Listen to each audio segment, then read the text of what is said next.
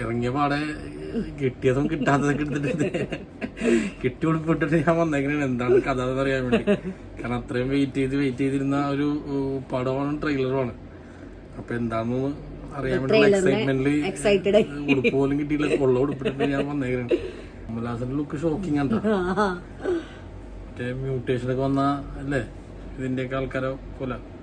മറ്റേ ഹോളോമാൻ അല്ലേ, ഇൻവിസിബിൾ ആയിട്ട് ഒരു മനുഷ്യന്റെ പടം ഉണ്ടല്ലോ ഇംഗ്ലീഷ്, അതിന്റെയൊക്കെ ലുക്ക്. എന്തായാലും നമുക്ക് ട്രെയിലർ ഒന്ന് കണ്ടോക്കാം. ഓക്കെ, എന്നിട്ട് ബാക്കി നോക്കാം.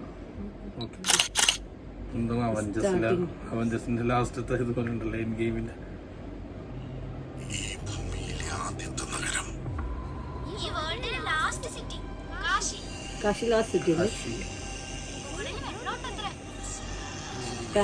ഉൾട്ടോ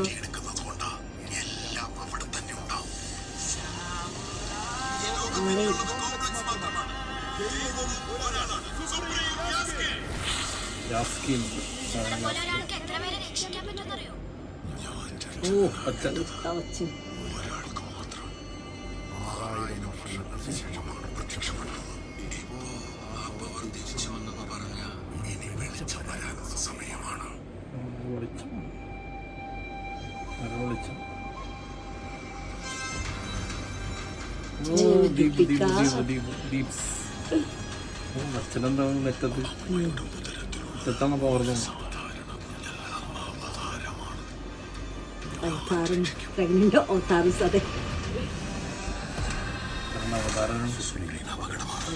കണ്ണ് പറിച്ചിട്ടുണ്ടല്ലോ. വന്ന് പ്രഭാസ് ബാഹുബലി എത്തി.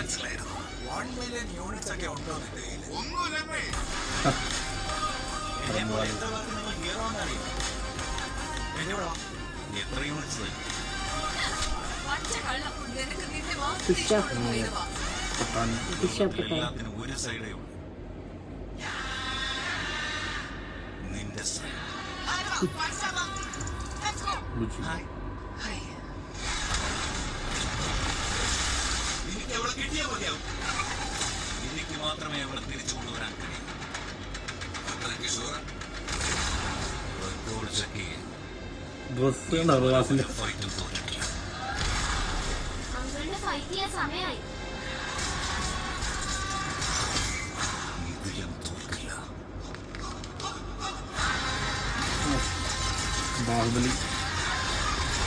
ബാഹുബലി ടച്ച് ഒന്നല്ല.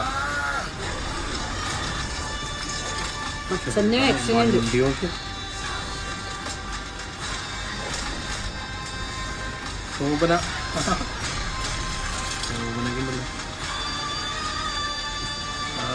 പശുപതി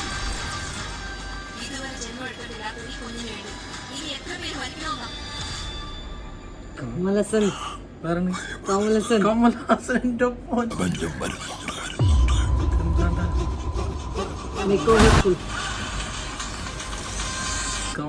എന്ത് ലുക്കത്.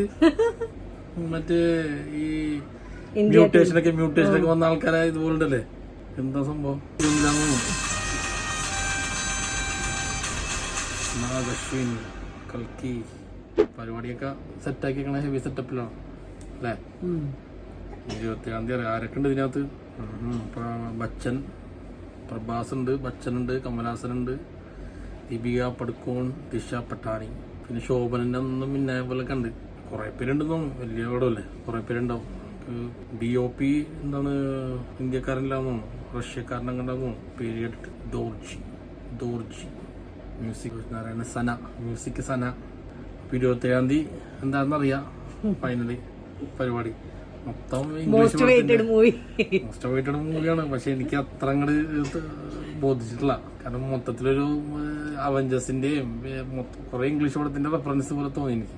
ഇന്ത്യൻ ഫിലിമിൽ ഡിഫറെന്റ് ഉണ്ട്. ഇന്ത്യൻ ടച്ച് കൊടുത്തേക്കണ ഒരു മറ്റേ മനഃപൂർവ്വം കൊടുത്തേക്കണ പോലെ അവതാരം മഞ്ഞുണ്ട് എന്നൊക്കെ ഉള്ള രീതിയിൽ അങ്ങനെയൊക്കെ ആക്കിയേക്കണ പോലെ ഉണ്ട്. പക്ഷെ ബാക്കിയുള്ള സെറ്റപ്പും VFX അതൊക്കെ ഇംഗ്ലീഷ് ഹോളിവുഡ് സ്റ്റൈലിലാണ് ആക്കിയേക്കണത്. പിന്നെന്താണ് 27-ാം തീയതി അറിയാം ഫൈനൽ റിസൾട്ട് എന്താണ്.